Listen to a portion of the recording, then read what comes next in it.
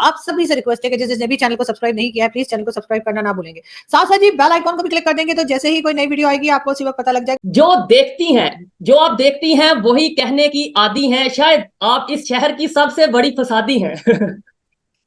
बहुत शुक्रिया। ये आप तारीफ कर रहे थे या बुराई कर रहे थे? इंडिया के साथ मैंने कई बार अपने शोज में भी कहा है प्रॉब्लम सॉल्व हो सकता है अगर इंडियन गवर्नमेंट पाकिस्तान को कोई लोन दे दे। ये होगा कि जब कभी पाकिस्तान कुछ बोलने की कोशिश करेगा कि जी माइनॉरिटीज को ये हो रहा है, हालांकि हमें अपनी माइनॉरिटीज के प्रॉब्लम दिखाई नहीं देते लेकिन हमें इंडिया के नजर आते हैं, तो हम उस पे जब बोलेंगे, जब हम कश्मीर पे बात करेंगे या जब हम कोई ऐसी बात करेंगे जो हम उनके अगेंस्ट बोलते हैं, तो उस सूरत में इंडियन प्राइम मिनिस्टर और इंडियन गवर्नमेंट हमसे अपने पैसे वापस मांगने की डिमांड कर सकते हैं। और जैसे ही वो पैसा वापस मांगेंगे हम बोलना छोड़ देंगे। परवेज मुशर्रफ ने अपनी बुक में भी, अगर आपने उनकी बुक पढ़ी हो, उसमें भी लिखा है और उन्होंने इंटरव्यूज में भी ये बात एक्सेप्ट की है कि पाकिस्तान ने अपने ही लोग जो है वो मतलब बेच दिए थे उधर अफगान वॉर के टाइम पे। और टेररिस्ट और इस किस्म की जो आउटफिट्स हमने बनाई, जो कि ऑफ कोर्स हमारी एजेंसीज ने बनाई, हमारी जो जितनी भी एजेंसीज हैं उनकी मदद के बगैर या उनके आशीर्वाद के बगैर नहीं बन सकती थी, चाहे वो हाफिज सईद हो, चाहे और दूसरी एजेंसीज हो। हमने 10 साल उसामा बिन लादेन को यहाँ बिठा के रखा और हमें पता ही नहीं लगा, हमारी नंबर 1 एजेंसी को मालूम ही नहीं हुआ कि उसामा बिन लादेन यहाँ रहता है। मगर उसकी रीजन यही थी कि अफगान वॉर चल रही थी और हमें जो है डब्बे भर भर के, बल्कि कंटेनर्स भर भर के डॉलर मिल रहे थे।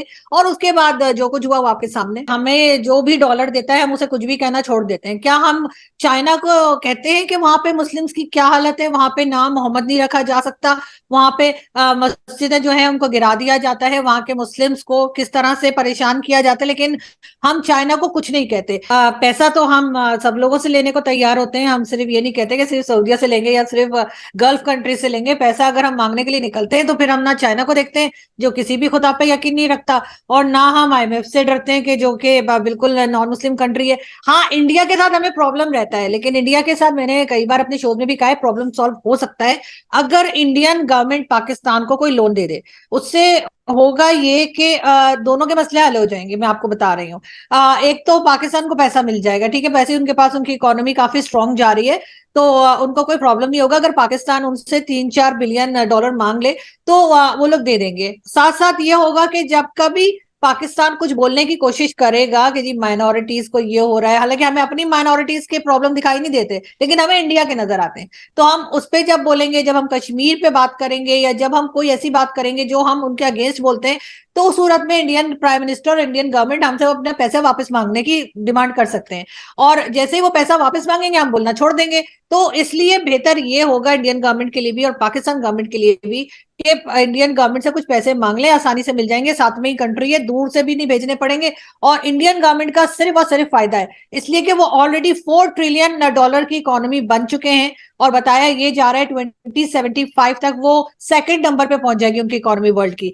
तो अगर वो कुछ पैसे हमें दे देंगे और हम यहाँ पे शांति से बैठेंगे, उनको तंग भी नहीं करेंगे, तो उनको काम करने में आसानी रहेगी और हमारे भी बहुत से इश्यूज सॉल्व हो जाएंगे। लेकिन आपको लगता है कि अगर इंडिया भी हमें पैसे देगा तो हम कश्मीर के हवाले से बात करना छोड़ देंगे, हम कश्मीर इशू को सॉल्व करने की तरफ आएंगे? आपको लगता है कि ये पॉसिबल है?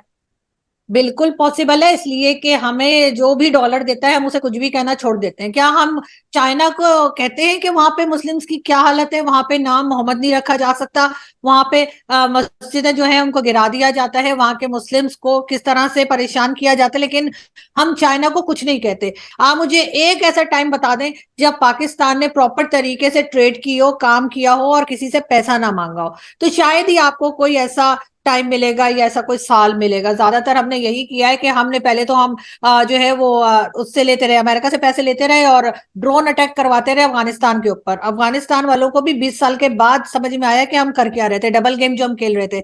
उसके बाद हमने उधर से डॉलर पकड़े, बाकी हमने मांग तांग के, कभी कभी फ्लड आ गया ऊपर वाले की मेहरबानी से, कभी अर्थक्वेक आ गया और हमारा मांगना बंद नहीं हुआ। तो यही वजह है कि अगर हम चाइना को कुछ नहीं कह रहे तो हम इंडिया को भी कुछ भी कहना बंद कर देंगे। वैसे भी अगर वो लोग 3-4 बिलियन डॉलर दे देंगे सिर्फ ट्राई करने के लिए, तो मेरा ख्याल है कि वो चेक कर सकते हैं कि हम लोग कितने खामोश रहेंगे और क्या नहीं बोलेंगे। बिल्कुल ऐसे ही है, फिर दोबारा से अमन की आशा भी शायद स्टार्ट हो जाएगी। और बड़ी बात आपने चाइना के हवाले से बात की है, पाकिस्तान में कहा जाता है कश्मीर पाकिस्तान की शाहराग है, तो यही शाहराग का हिस्सा हमने चाइना को गिफ्ट भी किया है, जो कि तब हमें फील नहीं हुआ। इसके अलावा अगर बात करें कि पाकिस्तान में किस टाइम पे डेवलपमेंट हुई है, बड़ी हैरत होती है ये चीज जान के कि डेवलपमेंट हमेशा हुई है मार्शल लॉ के दौर में, मोस्टली जो जर्नैल हैं उनके दौर में डेवलपमेंट हुई है। इसका क्या राज है? हमने तो ये सुना था अगर कहीं मार्शल लॉ लगती है तो 10 साल 20 साल कंट्री पीछे चला जाता है, लेकिन यहाँ पे तो डेवलपमेंट मार्शल लॉ के टाइम पे होती है मोस्टली। उसकी एक बड़ी वजह तो जैसे आपने पहले कहा कि कश्मीर हमारी शहरग है बिल्कुल, और बांग्लादेश हमारा अपेंडिक्स था, इसलिए हमने काट के निकाल दिया। लेकिन साथ साथ मैं आपको ये भी बताती चलूं कि बिल्कुल ऐसा होता है और देखने में भी आया है कि जब भी कोई डिक्टेटर की गवर्नमेंट आती है तो पाकिस्तान में डॉलर भी आ रहे होते हैं और कई चीजें हो रही होती है। लेकिन उसका रीजन जैसे अगर ज़िया-उल-हक के जमाने में जाएं तो उस वक्त भी ये अफगान वॉर शुरू हो चुकी थी और अफगान वॉर के नाम पर पैसा आ रहा था, ठीक है, उस वक्त भी कोई कमा नहीं रहे थे। मुशर्रफ के जमाने में भी यही हुआ था, जब परवेज मुशर्रफ का जमाना आया तब भी यही था कि अफगान वॉर थी और हम जो है वो so called war of terror में हम हिस्सा ले रहे थे, और जिसमें हम ये कह रहे थे कि जी हमारे अपने 80,000 लोग जो है वो मारे गए जिनको बेचा गया था। और ये परवेज मुशर्रफ ने अपनी बुक में भी, अगर आपने उनकी बुक पढ़ी हो, उसमें भी लिखा है और उन्होंने इंटरव्यूज में भी ये बात एक्सेप्ट की है कि पाकिस्तान ने अपने ही लोग जो है वो मतलब बेच दिए थे उधर अफगान वॉर के टाइम पे। और टेररिस्ट और इस किस्म की जो आउटफिट्स हमने बनाई, जो कि ऑफ कोर्स हमारी एजेंसीज ने बनाई, हमारी जो जितनी भी एजेंसीज हैं उनकी मदद के बगैर या उनके आशीर्वाद के बगैर नहीं बन सकती थी, चाहे वो हाफिज सईद हो चाहे और दूसरी एजेंसीज हो। हमने 10 साल उसामा बिन लादेन को यहाँ बिठा के रखा और हमें पता ही नहीं लगा, हमारी नंबर 1 एजेंसी को मालूम ही नहीं हुआ कि उसामा बिन लादेन यहाँ रहता है। तो जब इस किस्म के काम हमने किए और डबल गेम खेली, और ये डबल गेम ज्यादातर जो है वो जाहिर है कि उसी जमाने में खेले गए जब हमारे यहाँ डिक्टेटरशिप थी, तो पैसा तो आना ही था, तो पैसा आ गया। मुशर्रफ ने भी एक आर्टिफिशियल तरीके से डॉलर रेट जो था वो रोक कर बहुत ज्यादा टाइम के लिए रखा था, 64 या 65 ऐसा कुछ बताया जाता है कि उस वक्त डॉलर रेट रहा था। मगर उसकी रीजन यही थी कि अफगान वॉर चल रही थी और हमें जो है डब्बे भर भर के, बल्कि कंटेनर्स भर भर के डॉलर मिल रहे थे, और उसके बाद जो कुछ हुआ वो आपके सामने। ऐसा ही है। और कहा यह जाता है, अक्सर मैं पब्लिक में जब बात करने जाता हूँ, इंटरव्यू लेने जाता हूँ, या इवन सोशल मीडिया पे हमें यह देखने को मिलता है कि जब 1990s की बात करें, 80s की बात करें, तो इंडिया में आईआईटी पे वर्क हो रहा था और पाकिस्तान में आईटी पे वर्क हो रहा था। वो आईटी का क्या पूरा मतलब है ये आप बेहतर जानती हैं। तो मैं ये पूछना चाहूंगा, इंडिया के जो प्राइम मिनिस्टर हैं वो जितने भी कंट्रीज पे विजिट के लिए जा रहे हैं, एक दो चीज कॉमन नजर आती है। एक, पहले नंबर पे तो वो जो बिजनेसमैन है उनके साथ मीटिंग करते हैं और फॉरेन इन्वेस्टमेंट को अपने कंट्री की तरफ लेकर जा रहे हैं। सेकेंडली जो मैंने चीज देखी है वो टेक्नोलॉजी को बहुत फोकस कर रहे हैं, आर्टिफिशियल टेक्नोलॉजी हो, स्पेस टेक्नोलॉजी हो, आईटी हो, इन चीजों के ऊपर बहुत वर्क करते नजर आ रहे हैं। देखिए जैसे मैंने पहले कहा, उनके पास टीम बहुत अच्छी है जो उनको एडवाइस करते हैं। जाहिर है कि प्राइम मिनिस्टर के पास एक टीम होती है जो एडवाइस करती है, साथ काम करती है। वो पाकिस्तान के पास कभी नहीं रही। जो भी पाकिस्तान के प्राइम मिनिस्टर्स आए उनकी टीम कभी भी ऐसी नहीं रही जो उस काम को जानती हो।